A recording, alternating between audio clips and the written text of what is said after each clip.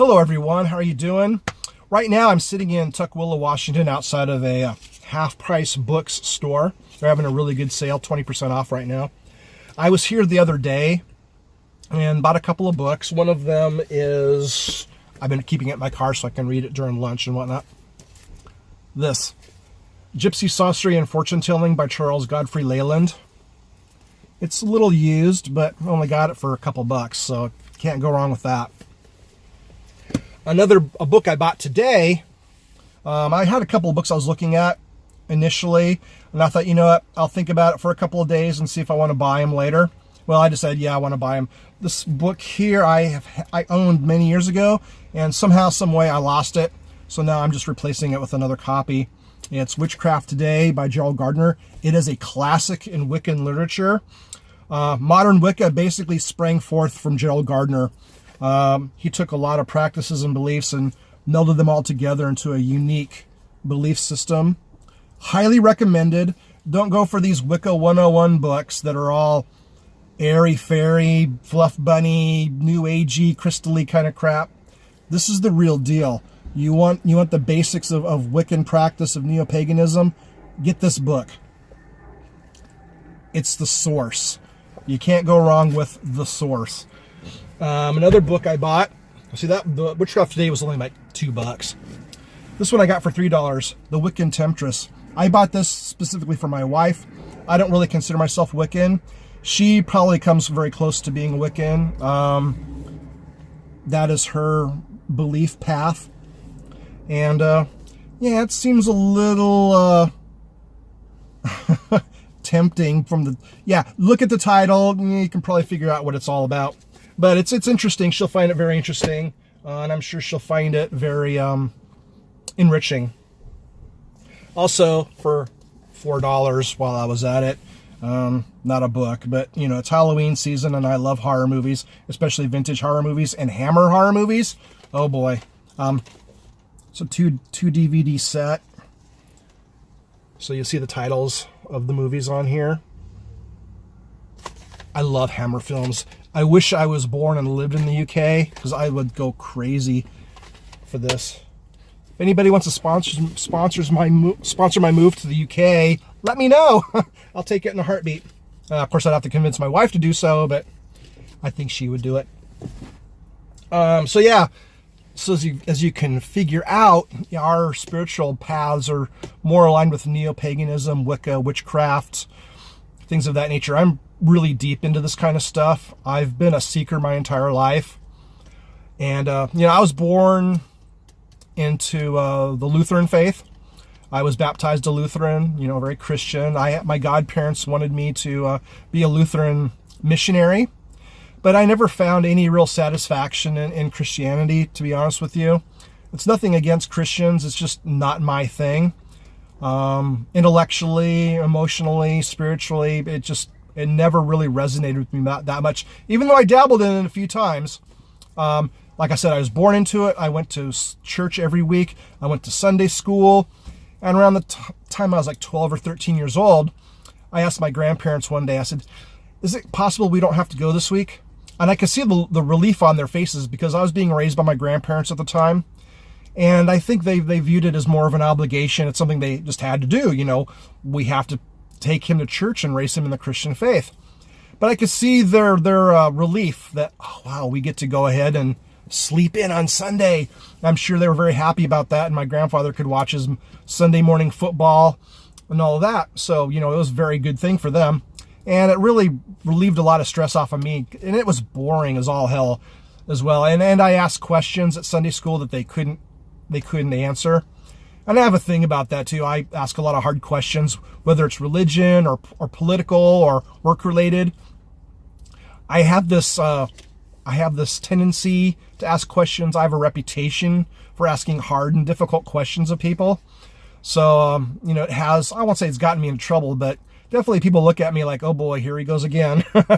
So yeah, that's what really kind of threw me out of the Christian church, was questions that couldn't be answered. Things just seemed very illogical to me, and it's just boring. It wasn't inspiring to me. Not inspiring at all. Now, I picked up a few things from it, which I still treasure to this day. it really kick-started my interest in mysteries. And the Bible to me represents a lot of mysteries. The Noah's Ark situation, the experience at Mount Sinai, which I believe would be a massive psychedelic experience. Don't get me started on that, but something happened, something supernatural happened, or a psychedelic experience happened, because it's one thing for, excuse me, it's one thing for a person to claim they've had a supernatural experience, but when you've got thousands upon thousands upon thousands of people having a mutual experience, you can't really fake that. So something happened at Mount Sinai. I don't know what. I think it may have been a psychedelic experience, something they may have ate out in the desert. And the desert back then may have been a completely different kind of wilderness than what we know now. So who knows? That's a debate and a discussion for another time. But, this whole thing about mysteries and looking for the unknown really set me on a path as a seeker. After I left the Christian church in my early to mid-teens, I started really focusing on going to the library and looking at books on the metaphysical, the spiritual, the religious, and whatnot.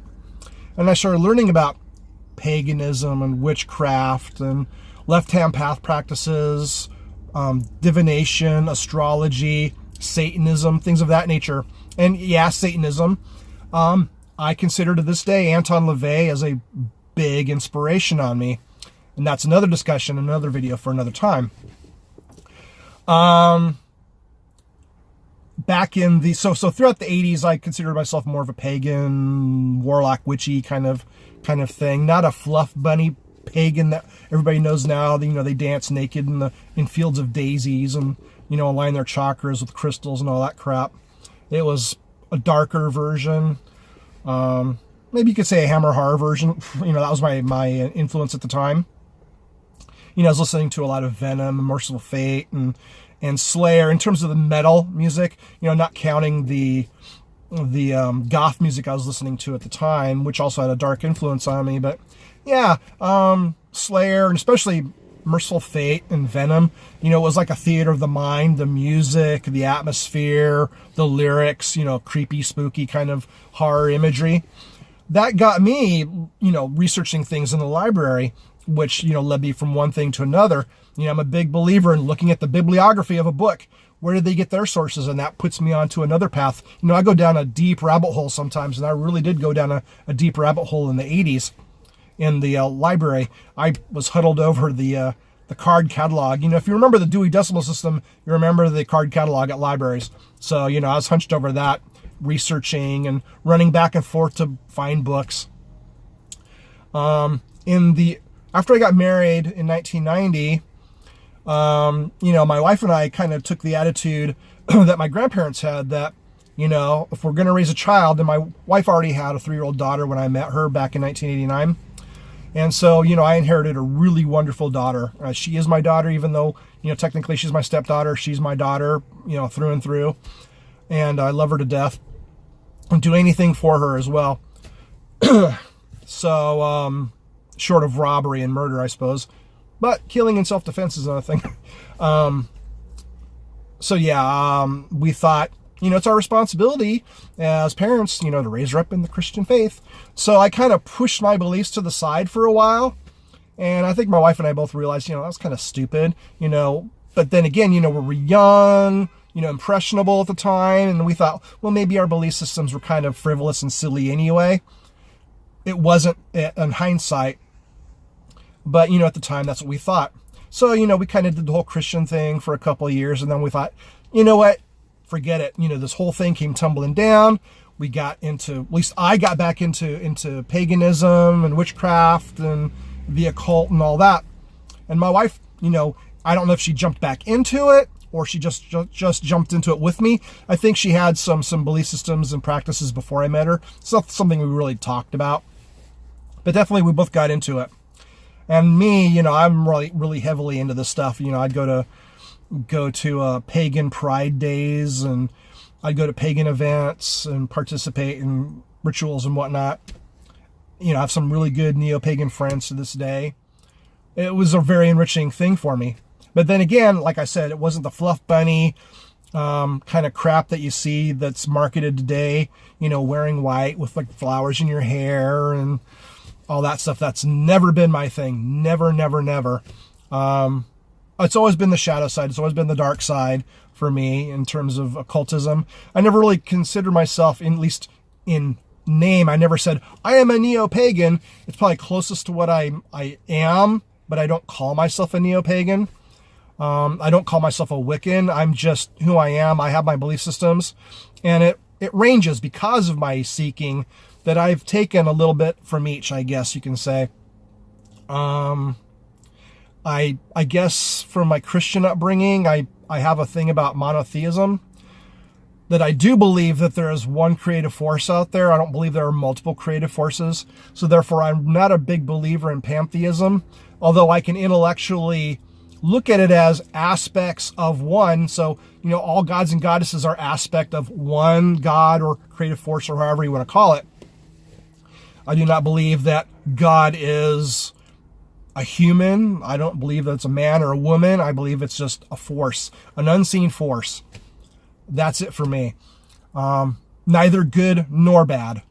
It's like yin yang. I've studied Buddhism. I've studied Sanatana Dharma, which would be like Hinduism in the popular vernacular.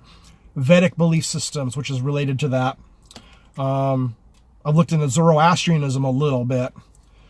So yeah, I even attended a Jewish temple for a couple of years, because when I started flirting around with getting back into Christianity again, that's a long story, but I was flirting with it for about 3 or 4 months. I decided, what, things just aren't making any sense, so I'm going to look into the root of Christianity, which is Judaism.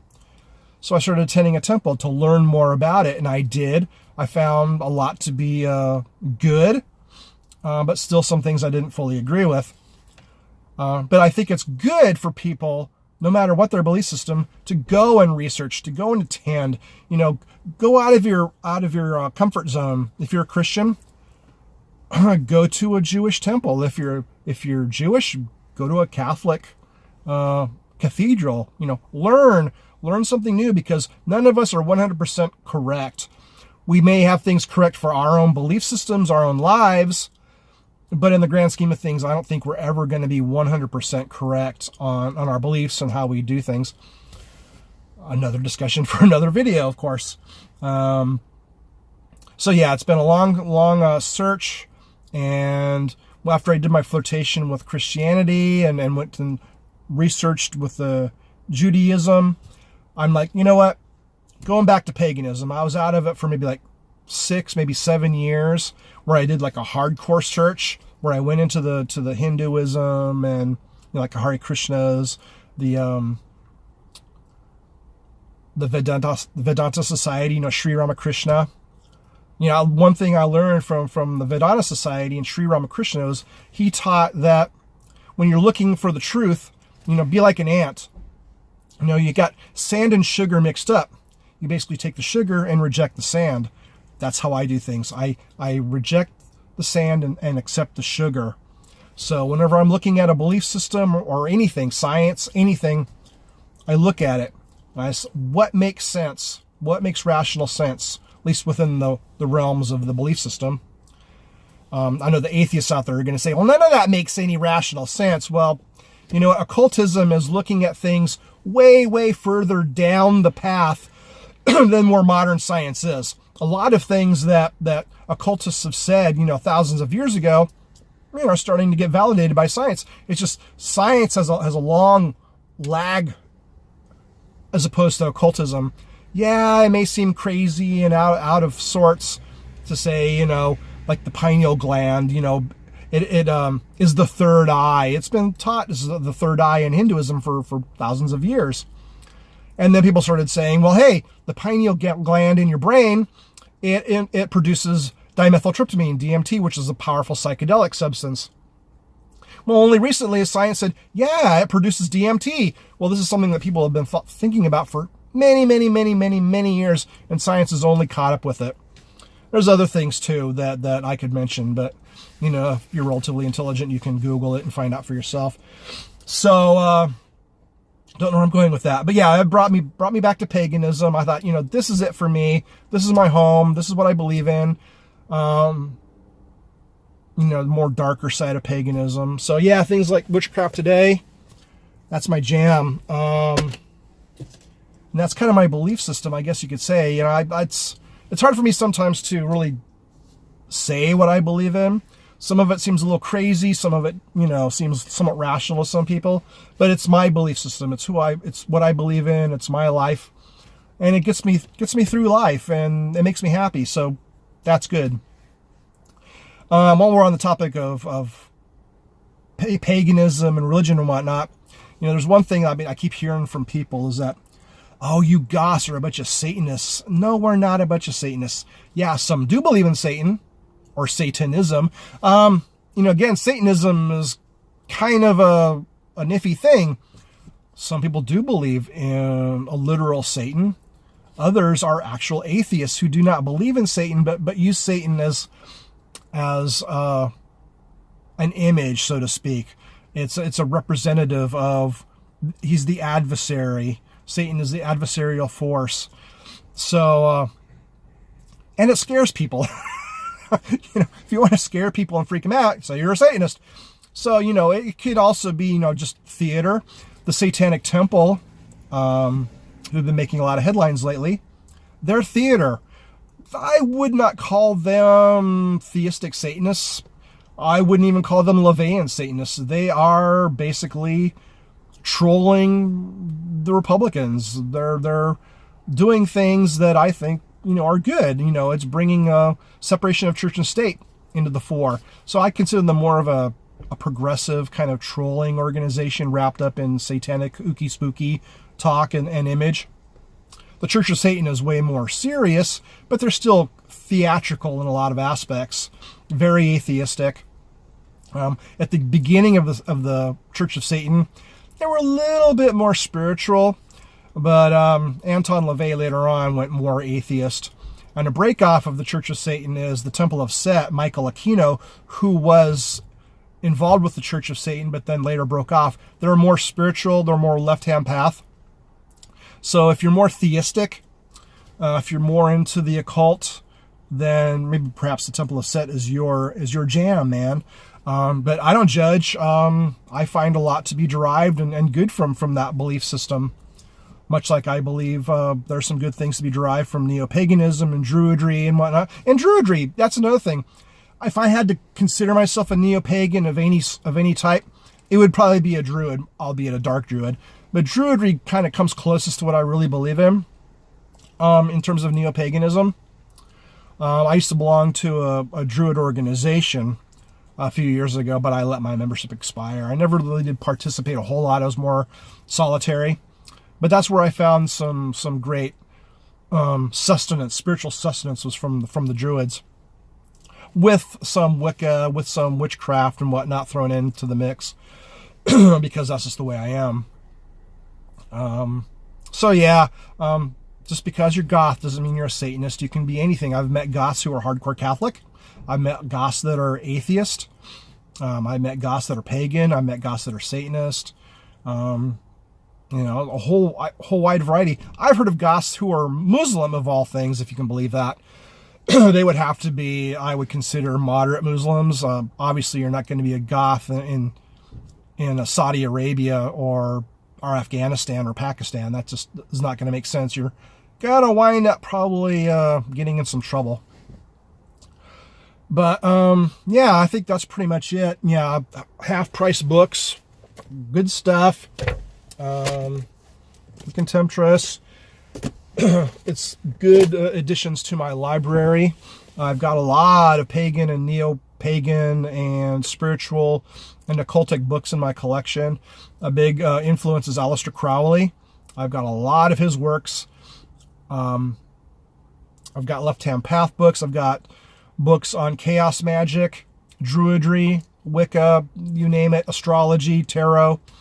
The I Ching, Hinduism. I've got all sorts of stuff. I got a couple of Jewish works. I got a couple of Christian works, more like Christian Gnosticism. I find to be fascinating. the Kabbalah, the Jewish Kabbalah, which is used by a lot of occultists. Aleister Crowley is a notable example. But yeah, if you're a young goth and just exploring spirituality, and your parents are insisting maybe you go to a temple or you go to church on Sundays because that's just the kind of family you're being raised in and you don't necessarily agree with it, my advice is stick with it.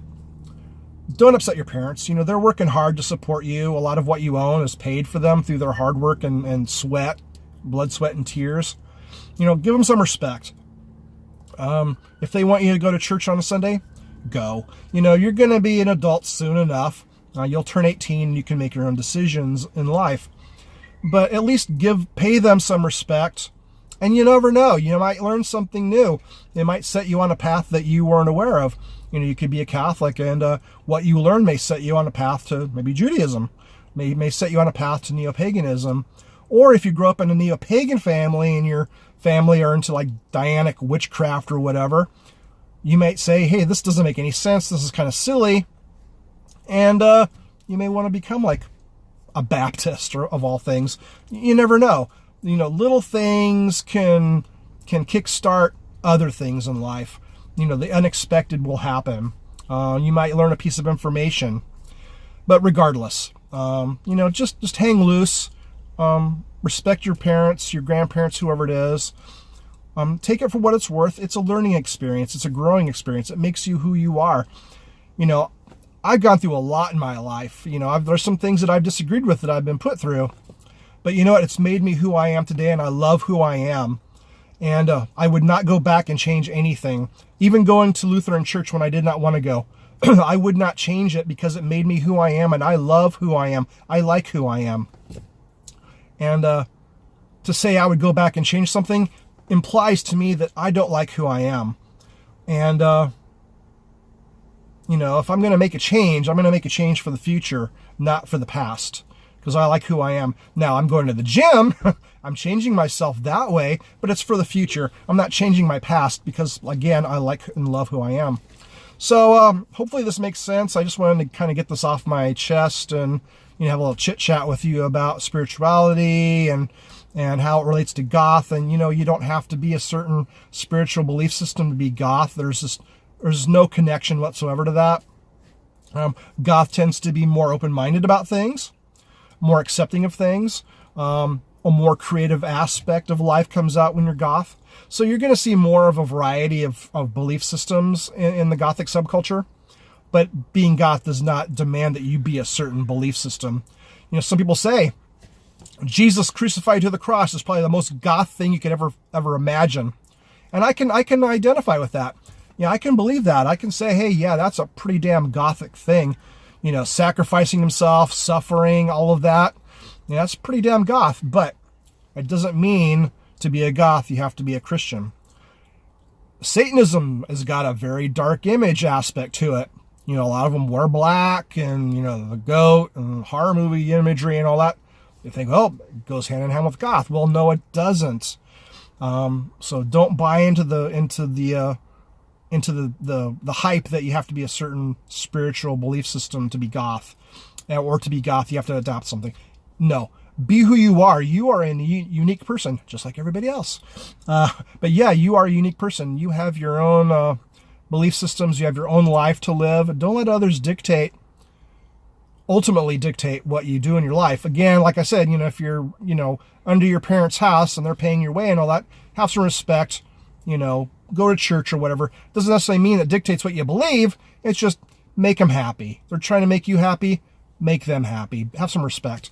And we don't have a lot of respect in this society anymore. We really could use some more respect, especially for our elders. Respect your elders, kids. Respect your elders, because they've been around the block a few times. They've done a lot of hard stuff, and they've sacrificed a lot for you. And it's only good to do that. So with that in mind, I will go ahead and let you go, and peace out, yo.